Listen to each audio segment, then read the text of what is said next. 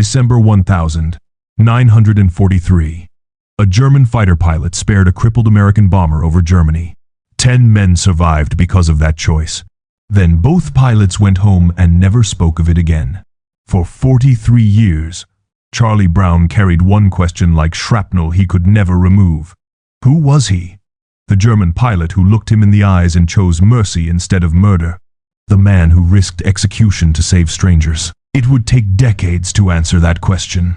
But the moment it was born came on a winter day, above a frozen country, tearing itself apart. Charlie Brown made it back to England on December 20th, 1943. His B-17, nicknamed Ye Old Pub, staggered into RAF, seething with a crew mangled by flak and fighters. One man dead, others bleeding through bandages that could barely keep up. The aircraft was so torn open by cannon shells and shrapnel that it looked more like a survivor than a machine. Ground crews circled it in disbelief, hands drifting over holes large enough to step through. The mechanics would later say they had no idea how such a thing still flew. The plane would never again. At debrief, Charlie told his commanding officers what had happened. How a German fighter slid up alongside the ruined bomber, not to finish the kill but to guard it close enough for faces to find each other through glass and emptiness, close enough for a salute. How that fighter shepherded them out past hungry guns, then peeled away. The response was instant and iron. Never speak of this again. Do not tell the crew. Do not tell other pilots. If word got out that German pilots could show mercy, it might breed hope where doctrine required hatred. The official line was simple enough to memorize and hard enough to live with. You can't be human and fly in a German cockpit. So Charlie stayed silent. He completed his tour, flew more missions, and learned to carry the story alone. Silence was another kind of uniform, one you never took off. But the image would not fade, the Messerschmitt alongside, the pilot's eyes steady, the slow tilt of a hand in salute before the sky swallowed him. That was the 10-minute miracle that refused to end, the moment when death paused and let someone pass. War teaches men to finish what they start. That day taught Charlie something else. That sometimes the bravest thing a man can do is stop. He did not have a name for the German who did it, only a memory, and a question that would follow him into the peacetime years like a shadow that knew his steps.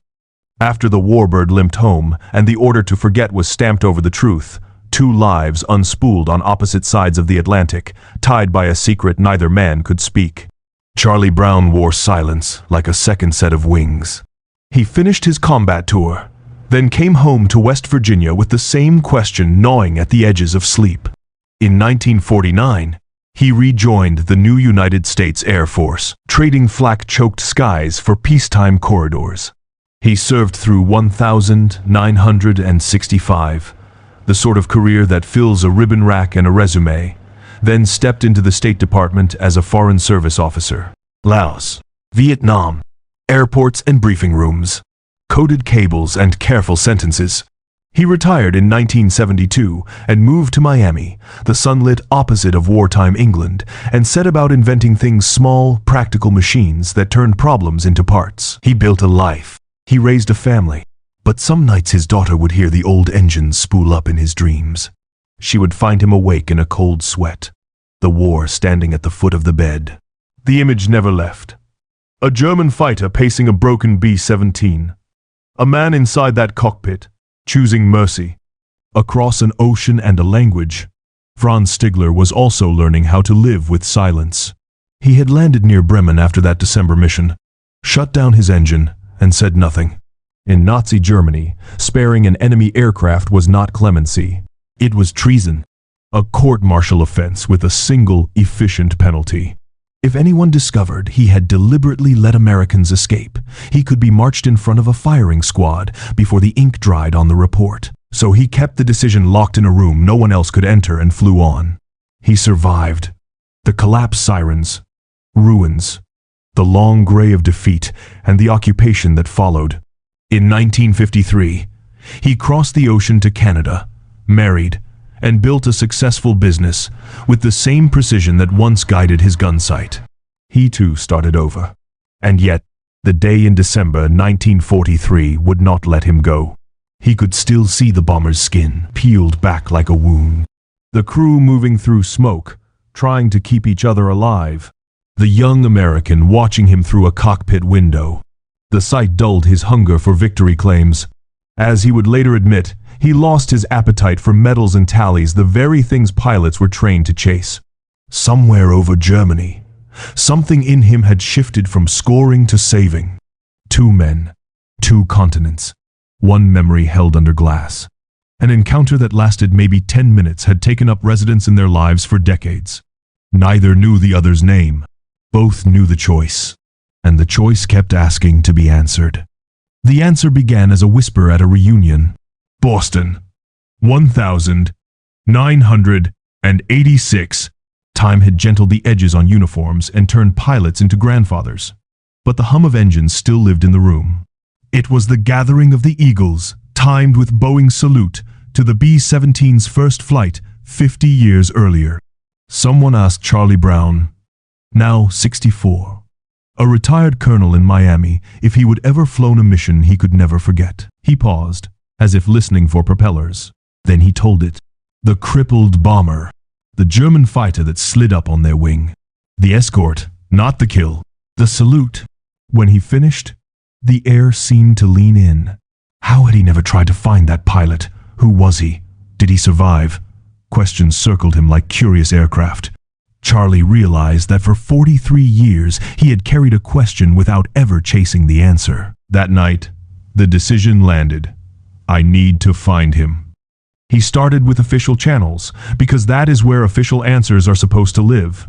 He wrote to the U.S. Air Force and the Army Air Force's Historical Office. He queried the West German Air Force archives. December 1943. Near Bremen, surely there were rosters, duty logs, squadron diaries. But the paper trail was a war victim too. Germany's records had been shattered across a divided country. Luftwaffe files were destroyed, lost, captured, mislabeled, or stitched into secrecy. Months became a year, then 2, then 4.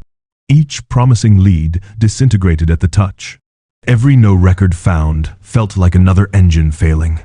The hunt did not soothe the nightmares. If anything, it sharpened them. He kept waking to the flak bursts, to the taste of cordite, to the image of that Messerschmitt pacing them like a shepherd refusing to leave the last lamb. Who was the man who chose not to pull the trigger? In 1989, Charlie tried something unmilitary and wonderfully human. He wrote his story in detail, and mailed it not to a vault, but to a newsletter read by combat pilots on both sides of the old divide. He listed the date and place, the damage to the bomber, the German plane's markings, the way the pilot met his eyes, and raised a hand in salute before breaking off. He let the story fly without escort and waited. Across the continent in Vancouver, a 74-year-old former Luftwaffe ace unfolded that newsletter. Franz Stigler had been the lone German at Boeing's anniversary in 1986, had even told a TV reporter about the day he spared a B-17 and risked a firing squad for it. He, too, had spent years making quiet inquiries, asking if anyone knew whether the bomber made it home.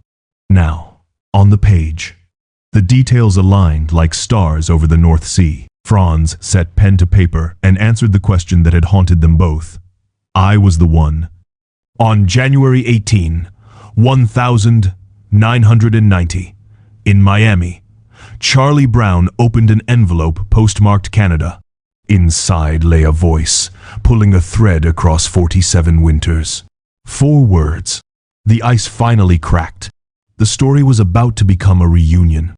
They spoke first by phone, voices tentative across a line that sounded older than either man. Franz described his aircraft as if tracing it with a fingertip. The Bf-109 he flew that winter. The unit markings. The climb. The moment he reached the American bomber and saw daylight shining through its wounds. Charlie matched each detail against the memory he would carried like a relic. The dates aligned, the sky aligned, the impossible mercy aligned. And then came the why. Franz told him about the words his commanding officer, Gustav Rodel, had drilled into his pilots. "If I ever see or hear of you shooting a man in a parachute, I will shoot you myself."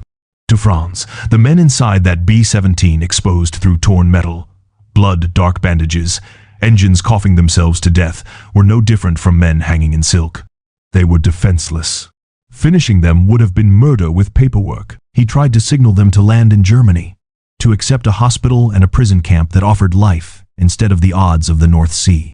He pointed toward Sweden, neutral and close enough to stitch bodies back together.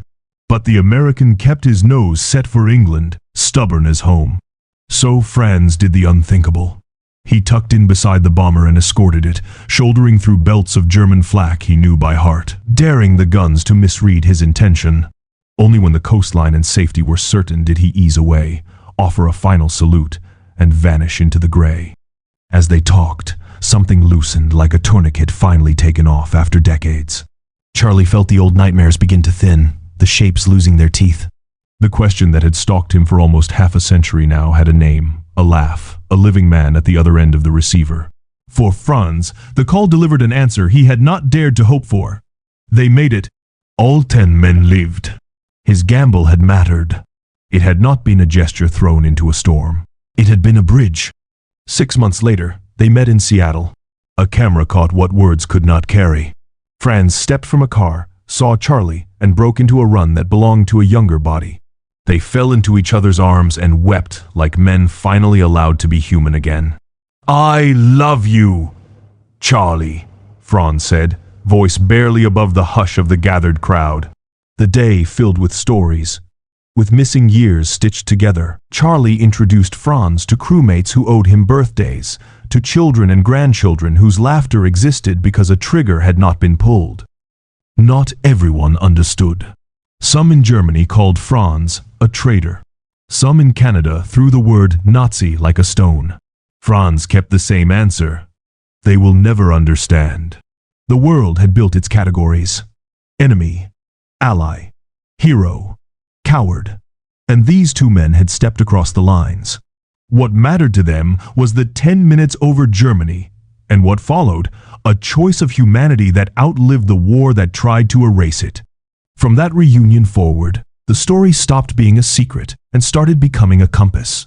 Charlie and Franz became a matched set. Voices, faces, and living proof that mercy can bend the metal of history. They spoke on the phone weekly, like brothers catching each other up on ordinary days that felt extraordinary because they now shared them.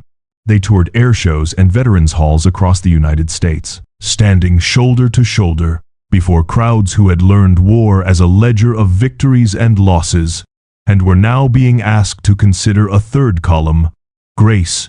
Sometimes Franz would hand Charlie a book with an inscription that said, "More than medals ever could. In 1940, I lost my only brother as a night fighter. Thanks, Charlie." Your brother, Franz. The word was not decoration.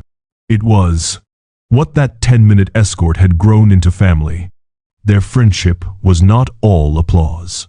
On the margins, the old labels kept nipping, traitor, Nazi, naive.